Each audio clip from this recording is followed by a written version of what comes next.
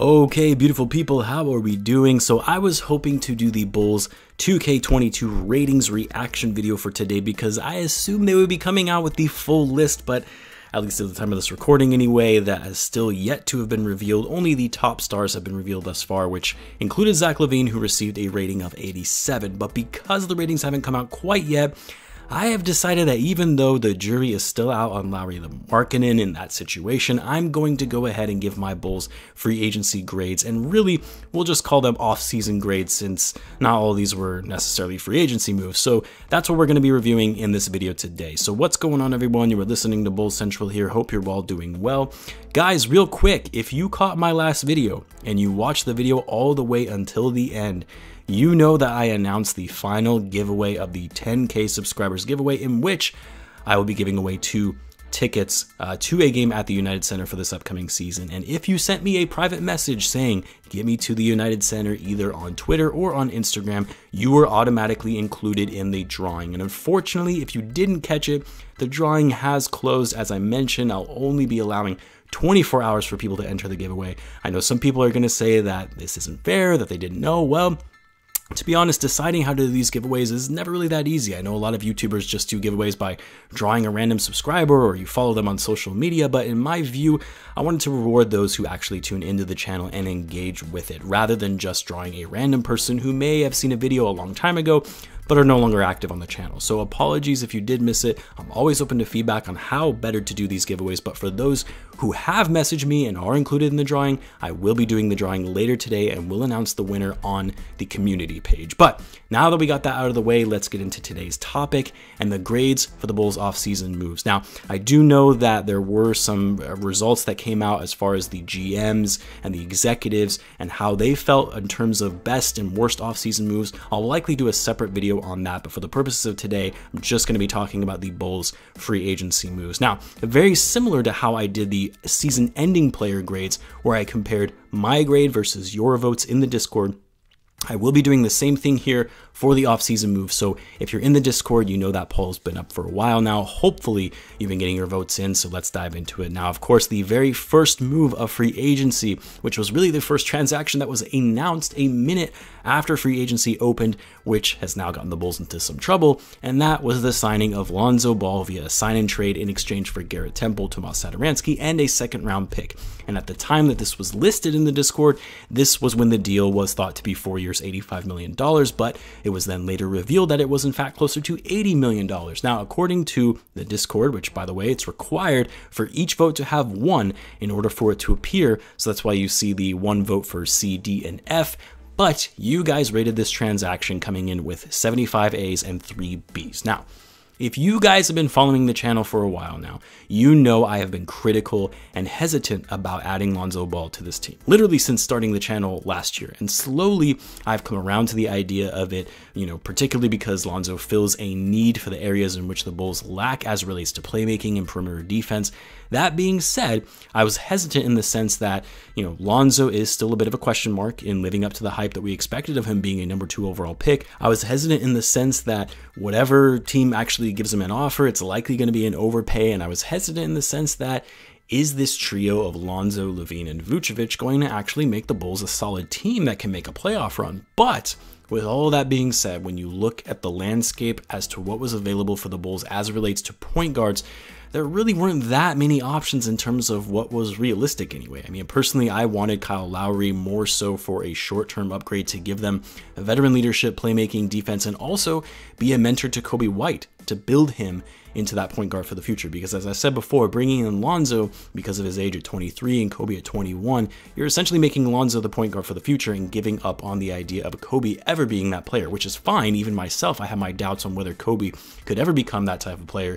But I was hesitant on giving up on Coby like that so quickly. I think ultimately Coby White will be traded by next offseason, if not earlier. Now, the other options of Mike Conley or Chris Paul, they just weren't realistic because they were really going to require too much money. And that left you with guys like Spencer Dinwiddie or Devontae Graham, which if, those are your best options, yeah, you go with Lonzo Ball. He fits with the Bulls much better than either of those two. So I'm giving this grade an A, even though I've been hesitant on Lonzo all season. And the reason for that is, one, the fit. He fits very nicely with this roster and what they need. 2, the contract that they gave him wasn't that bad. You know, I had said all season, if the Bulls can somehow get Lonzo without having to pay more than $20 million a year for him, which I didn't think was going to be possible because I thought some team would for sure overpay him. And the Bulls managed to do that in giving him $80 million over 4 years. Not only that, but the sign-in trade and what the Bulls had to give up to get him was a steal. I thought the Bulls were at least going to have to give up a first-round pick to get Lonzo Ball, but no, just Garrett Temple, Tomas Satoransky, and a second. That was an incredible trade, and for that reason, I'm giving this grade a higher grade, and that's an A. Next up, we have the Bulls signing Alex Caruso to a 4-year deal. Look, I think this is going to end up being one of the more underrated signings for the Bulls, to be honest, you know, because what I liked about Caruso is he's the type of guy that isn't afraid to do the dirty work. The guy that will hustle, be scrappy on defense, pester the opponent, and is okay taking a backseat on offense. He knows his role, and for the Bulls, the fact of the matter is they need as much perimeter defense as possible. The coaching staff in the front office saw that as being a huge issue, and what did they do? Right off the bat in free agency, bring in 2 guards who are great on defense. Now, I'm giving this move a B, and really only because of the price point. You know, 4 years, $37 million for a guy like Caruso, who again, I like the signing, but it is a bit much. I would have at least hope for a team option on the final year of his deal, but it is fully guaranteed for those 4 years. But look, sometimes in the NBA, you're going after players that you really want on your team and that fit your roster, then you're gonna sometimes have to overpay a little above their market value in order to get them. Now, of course, the other big signing was for DeMar DeRozan, also via a sign-in trade for Thaddeus Young, Al-Farouq Aminu, a first-round pick in 2025, and 2 second-round picks. Now, you guys already know that I really like this signing, because although I do have slight concerns about his fit next to Zach Lavine, I think ultimately DeRozan has proven that he's a very versatile player in his ability to play positions 1 through 4. He's upped his playmaking significantly, finishing last season averaging 7 assists per game. He's still an elite offensive player, averaging 21.6 points per game. Yes, he's not a good 3-point shooter. We all know this, but again, for all of the media analysts who say that this was a bad move made by the Bulls aren't going to need to rely on his 3-point shooting. When you have a great 3-point shooting, I guess I should say shooters, in Zach Lavine and Nikola Vucevic, and even now Lonzo Ball with his improved shooting. So I like this signing partially because it's a big name. It signals from this front office that they're going to be aggressive, be competitive, and change the culture of this franchise. Now, all that being said, I did give this move a B, probably closer to a B+, and really the only reason for this was we can't deny that we gave up quite a bit for DeRozan. Now, I know most people will say, well, that's the price you have to pay for an all-star caliber player, which you're right, it is, but we have to keep in mind DeRozan is 32. He's getting paid $85 million, fully guaranteed for the next 3 years, no team options, and you gave up 3 picks and 2 players for him. That's a lot. Now, I don't think it's anywhere close to being a bad signing like some of these media analysts had been saying, calling it the worst signing of free agency. That's just ludicrous, but the Bulls are betting a lot on DeRozan, and my hope is that he shows us that he is the star player we are expecting that will be the perfect complement to Lavine. I actually was a little surprised to see so many Bs from you guys for DeMar. I really thought that I was going to be the minority in this one, and seeing that, you know, this is going to be mostly A's, but you can see still mostly A's, but 20 Bs as well. And I don't know who gave this C. Maybe that was Nick Friedel in the Discord or something. Now, for some of these other ones, I'll try and go through these a little more quickly so the video doesn't drag on, but we also had Daniel Tice leave in exchange for none other than cash considerations himself. I mean, I did give this one a D grade because I think the Bulls really should have prioritized keeping Tice because of his energy and his rim protection. That being said, the amount the Rockets gave to him was a pretty significant sum of money and not something I think the Bulls were going to be willing to pay, so I get it. And the Bulls ended up getting some rim protection, although nowhere near as good as Tice, in this next acquisition, which was the Bulls signing Tony Bradley, which has now been conveyed into a 2-year deal. And I actually gave this one an A, partially because the Bulls needed a backup big man, so it was necessary, but they also were able to snag a backup big man who can play solid defense, who is actually really young still, only 23, and they got him on a minimum deal, so you can't be too upset about this. It's a very low-risk signing. So with this signing for the Bulls, and most of the people in the Discord felt the same way, actually giving it A's and B's. But for me, this was an A grade. Now, This one is funny. Felicio, our guy, the man, the myth, the legend, will not be returning to the Bulls, not even returning to the NBA. He'll be playing overseas, as he should be. And of course, I gave this an A grade. As you can see, because this is always a joke among Bulls fans, you have the drastic disparity between A's and F's.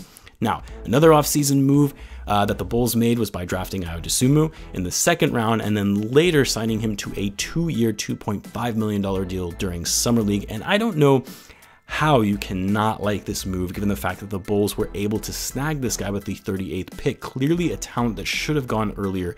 Obviously, there are a lot of aspects to his game that he's going to need to work on that I've talked about before in prior videos, but because the Bulls were able to get him in the second round and get him on such a cheap rookie contract because he was a second rounder, this is a steal. I'm giving this one an A, and you guys agreed as well, mostly giving this move an A. The Bulls also signed Marko Simonovic. I gave this one a B, and really only because although I like the signing, the Bulls are going to need his size after losing Thad and Daniel Theis, and I think he'll be a nice addition for the Bulls, but I also do question how he'll do against other NBA bigs. I mean, what I like about Marko is that he's clearly not afraid to create contact and will crash the boards for you, but his defense is pretty bad. And one of the things that we were excited about Marko was his outside shooting, which he didn't really show up all that well on that front in Summer League. A nice stroke, good release, but really struggled to hit his shots. But hopefully that will come with time. Most of you felt this was a B as well, with 21 Bs, 8 As, and 6 Cs.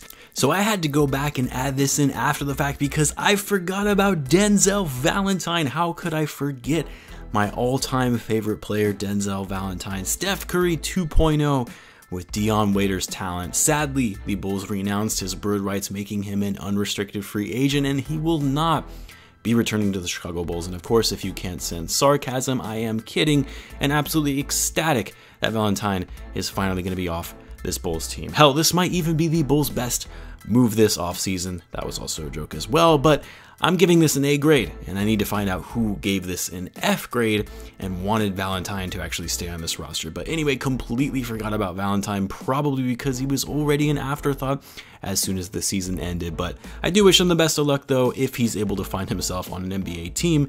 Right now, he is still a free agent at the time of this recording. And finally, grading the moves made by the front office as a whole. I don't know how you don't give this one an A. I mean, whenever you make moves to not only bring in a point guard that fits what you need, you bring in another elite level scorer off the wing in DeMar DeRozan to put alongside 2 other guys who can score over 20 points per game. You can bring in strong defenders in Caruso, Ball, and Tony Bradley, and again, something the Bulls need, and you got most of these players on reasonable contracts and sign-in trades where, for once, the Bulls actually were able to get the better end of the deal. I can't remember when the last time that actually happened for this franchise. And again, not only that, but the front office with all of the moves have completely shifted the culture of this franchise. They showed that Chicago is and can be a free agency destination. And they're finally treating this organization like a big market franchise who is going to be relevant. I know they're not going to be title contenders this year, but it's not always about championship or tank in the NBA. You have to build towards being a contender and winning a championship. And that first step at building is getting rid of the toxic culture that existed, establishing a winning mentality, and building a franchise that players can trust and want to be a part of, and that stepping stone can lead you on the pathway to contention. A few of you guys gave the front office some Bs, but mostly As. I want to know what your guys' grades are for free agency, for each of the moves, as well as offseason as a whole. Let me know in the comments, and as always, be sure to subscribe if you're a Bulls fan, as I do post daily Bulls content. Thanks again for tuning in, guys, and I will catch you in the next one.